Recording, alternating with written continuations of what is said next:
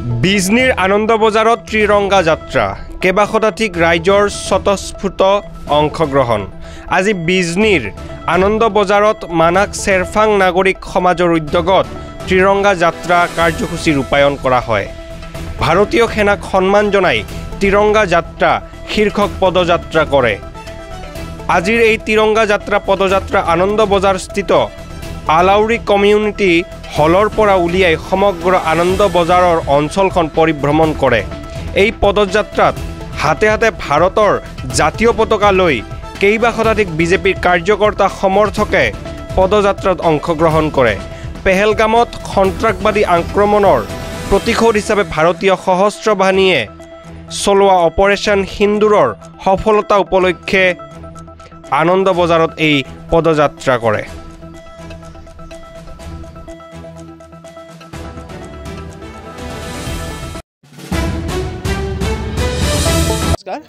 উদ্দেশ্য হৈছে যোৱা মাহত যেটো আমাৰ পেহেলগামত আমাৰ নিৰীহ ভাৰতীয় মানুহক মাৰিছিল, সেই উদ্দেশ্যে আমি আজি এইটো ত্ৰিৰংগা যাত্ৰা আৰম্ভ কৰিছোঁ।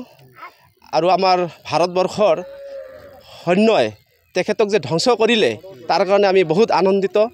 আমি আমাৰ ভাৰতৰ প্ৰধানমন্ত্ৰী পৰম শ্ৰদ্ধা নৰেন্দ্ৰ মোদীক আমি ধন্যবাদ জ্ঞাপন কৰিছোঁ।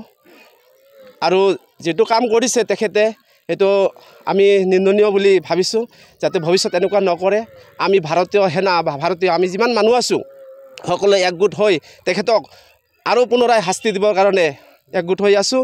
এইখিনি আৰু যোৱা মাহ যেটো আমাৰ কাশ্মীৰৰ পেহেলগামত ঘটনা হৈছিলে, আমাৰ উগ্ৰপন্থীয়ে আমাৰ ভাৰতীয় নিৰীহ মানুহক হত্যা কৰিলে, তেওঁলোকৰ বিৰুদ্ধে আমি ভাৰতীয় সেনাই যেটো অপাৰেশ্যন সিন্দুৰ চলাই যেটো পাকিস্তানত গৈ ভিতৰত সোমাই যেটো কৰিলে উগ্ৰপন্থীসকলক নিহত কৰিলে।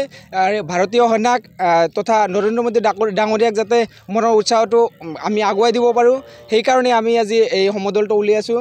আমাৰ মানস মণ্ডলৰ যেটো লোক জাগৰণ মঞ্চ, এই আমাৰ জাগৰণ মঞ্চৰ পৰা এই আজিৰ এই সমদলটো উলিয়াইছে।